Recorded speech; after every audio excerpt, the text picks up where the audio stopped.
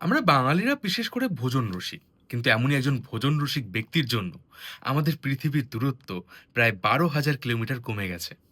বিষয়টা হচ্ছে এমন, আগে ইউরোপ থেকে কোনো জাহাজকে এশিয়া আসতে হলে গোটা আফ্রিকা মহাদেশ ঘুরে প্রায় ২১,০০০ কিলোমিটার পথ পাড়ি দিয়ে তারপর আসতে হতো এবং এতে সময় লাগতো প্রায় ৪ মাস।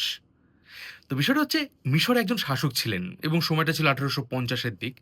তখন মিশরের শাসক ছিলেন সৈয়দ পাশা। তো সৈয়দ পাশা যখন ছোট ছিলেন তখন তিনি বেশ মোটাসোটা ছিলেন এবং তার বাবা ছিলেন মোহাম্মদ আলী। তিনি ছেলের এই স্থূলকায় চেহারা পছন্দ করতেন না। তিনি ছেলের খাবার-দাবারের উপর অনেক রেস্ট্রিকশন লাগিয়ে দেন।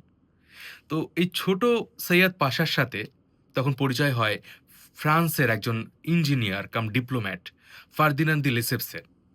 এবং ফার্দিনান্দ দি লেসেপ্স মাঝে, মাঝেই সৈয়দ পাশাকে তার বাড়িতে খেতে ডাকতেন, ইনভাইট করতেন এবং ফার্দিনান্দের সাথে এই সূত্রে সৈয়দের একটা ভালো বন্ধুত্ব তৈরি হয়।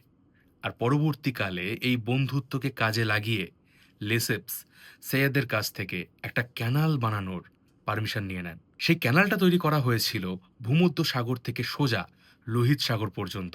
এর ফলে ইউরোপীয় জাহাজগুলো খুব সহজেই অল্প সময়ের মধ্যে এশিয়া পৌঁছাতে পারছিল।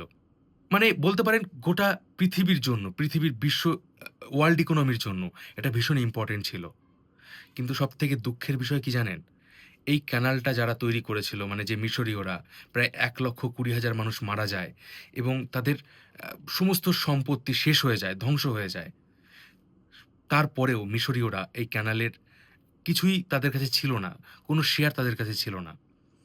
তো আমি যখন মিশরে যাই, তখন আমি এই ক্যানালটা ভিজিট করি এবং খুব অসাধারণ একটা ফিলিং আসছিল। এই ইতিহাসগুলো জানার পরে আপনি যখন কোনো একটা জায়গায় ভিজিট করবেন, আপনার চোখের সামনে সেই জিনিসগুলো ফুটে ওঠে। তো আমি রিসেন্টলি রোমাঞ্চপিডিয়ায় এই বিষয়ে একটা ভিডিও দিয়েছি। আপনি চাইলে দেখতে পারেন। এটা হচ্ছে ভিডিওটার থাম্বনেইল। গিয়ে সার্চ করুন YouTube এ 'রোমাঞ্চপিডিয়া বাই মিঠুন' আর 'সুয়েজ ক্যানাল'। এটা লিখলেই পেয়ে যাবেন ভিডিওটা। ভিডিওটা দেখুন, অসাধারণ লাগবে এবং শুধুমাত্র বাংলা নয়, গোটা YouTube এ ঘাঁটলেও আপনি এরকম ইনফরমেটিভ এবং ভ্লগ টাইপের, হিস্টোরিক্যাল ভ্লগ টাইপের ভিডিও আর পাবেন না। তো যান গিয়ে দেখুন এবং কমেন্টে জানাবেন কেমন লাগলো।